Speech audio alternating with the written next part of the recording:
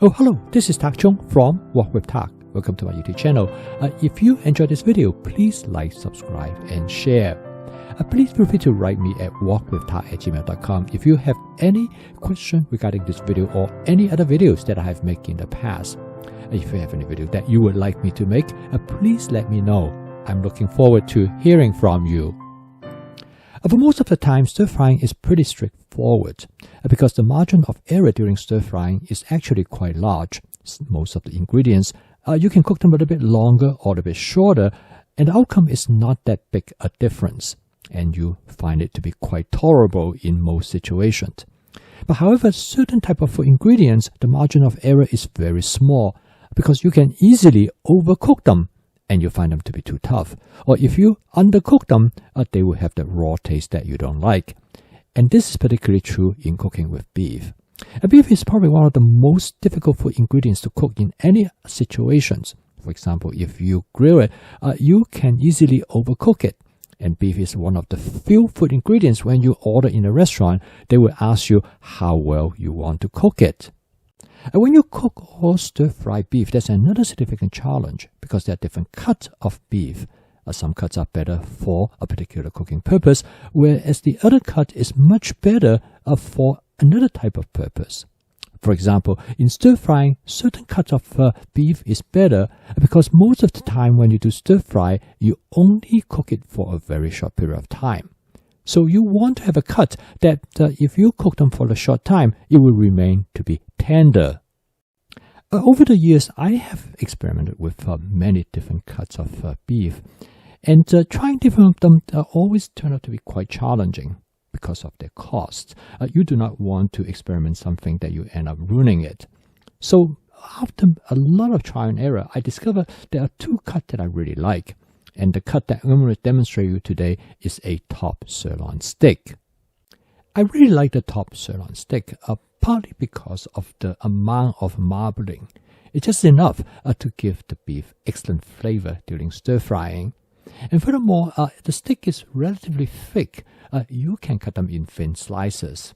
So every time when I bring the steak back from the supermarket, I will prep them to the size that I want for stir-frying. And then I will store them in Ziploc sandwich bag, and I usually store them in about 8 to 6 ounce packages, which is about the right size for me to work most of my stir-fry dishes. And after I put them in the Ziploc sandwich bag, I usually fill it to about 1/3 to its fullness. I will press it out into a thin layer before I freeze them. By using this method, when I thaw them out, the meat will have the maximum contact with the water, and I usually thaw them in a bowl of lukewarm water, such as in the sink. And I would label the Ziploc sandwich bag on the top flap. This is probably the best way to label it because it will allow you to identify them readily. Using this method, this will allow me to thaw out the beef from the freezer in about 10 minutes, and this will allow me to have beef anytime I want, together with any other protein that I choose to have in that particular evening. In cooking with this cut of beef, I discovered that the flavor of the meat could be greatly enhanced by coating it with a small amount of cornstarch. I use somewhere between half to 1 tablespoon of cornstarch. And this really helped to make the beef have a smoother texture. The cornstarch also have another significant impact, is that it actually will prevent the beef from overcook, or at least not as quickly as it would be, because the cornstarch provide a protection against the heat from the oil. And I will demonstrate that to you as I just start cooking the dish. Okay, now we are ready. So I'm going to cook this dish using my Cuisinart 14-inch stainless steel wok. I'm going to start out with 2 tablespoons of canola oil. It is important to heat up the oil as hot as possible because this will allow you to sear the beef. The wok might appear to have some residue on the surface of the wok. The reason is that I used this wok to cook an egg dish earlier. And it's the advantage that I do not have to wash the wok because when I cook a dish that has a lighter flavor as compared to the dish that I cook next with a heavier flavor, I can keep the wok the way as it is. A disadvantage is that I don't have to season the wok again because as I cook the egg, I already did the spot seasoning. So now I can continue in cooking this dish. This is helpful so you don't have to wash your wok between different dishes. I'm going to use a pair of tongs to lay out the beef on the surface of the wok. I'm going to try to lay it out in a single layer or as much as I possibly can. And this is a nice advantage of this Cuisinart 14-inch stainless steel wok because it has a relatively large flat surface area. So I can use it as a small frying pan in situations such as this one. It is important to have the oil as hot as possible because it will allow it to sear the beef. As you can see here, the beef cooked really quickly and it's already to cook to somewhere about medium rare. Now, to slow down the beef from cooking, there's one useful strategy is to add other food ingredients to this wok. In this case, I add some asparagus. By adding other food ingredients to the wok to any food that you want to stop it from cooking, it's really a very useful technique, particularly food ingredients that cook very rapidly. By adding the asparagus, you lower the temperature of the oil in the wok almost immediately, and this will slow down the cooking process. Now I switch to a wok spatula to stir fry everything together. By this point, I have already cooked to the dish the way how I want it to be. I shut off the heat and now I'm going to season the wok. I start off with about 1.5 tablespoons of oyster sauce, followed by 1 tablespoon of hoisin sauce.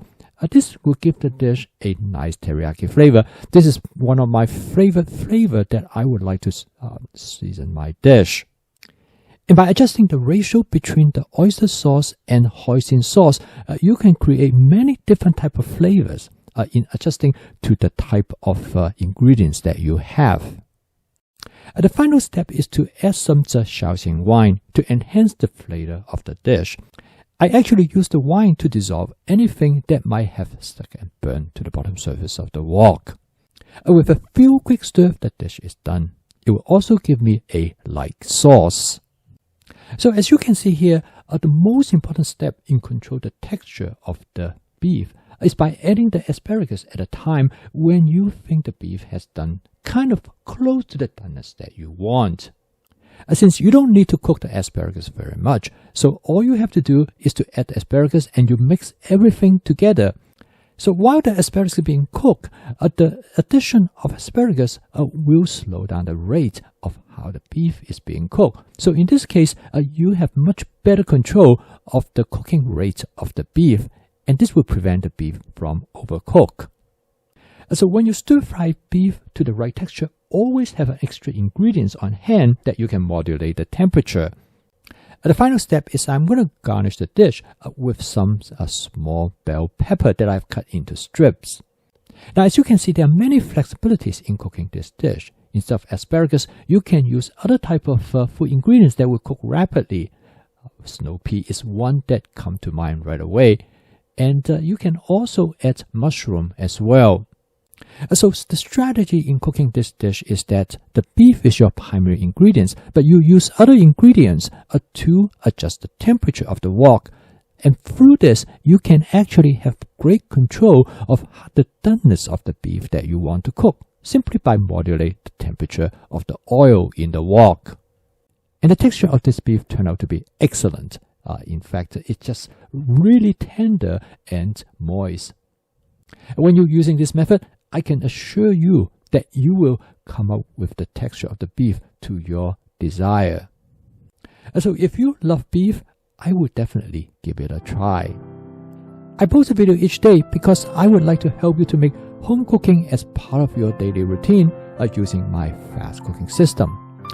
With this cooking system, you will make your home cooking practical, efficient, creative, and fun, so you will enjoy each time when you are in the kitchen. If you'd like to learn more about this cooking system, please subscribe to this YouTube channel. So keep on cooking. I will see you tomorrow.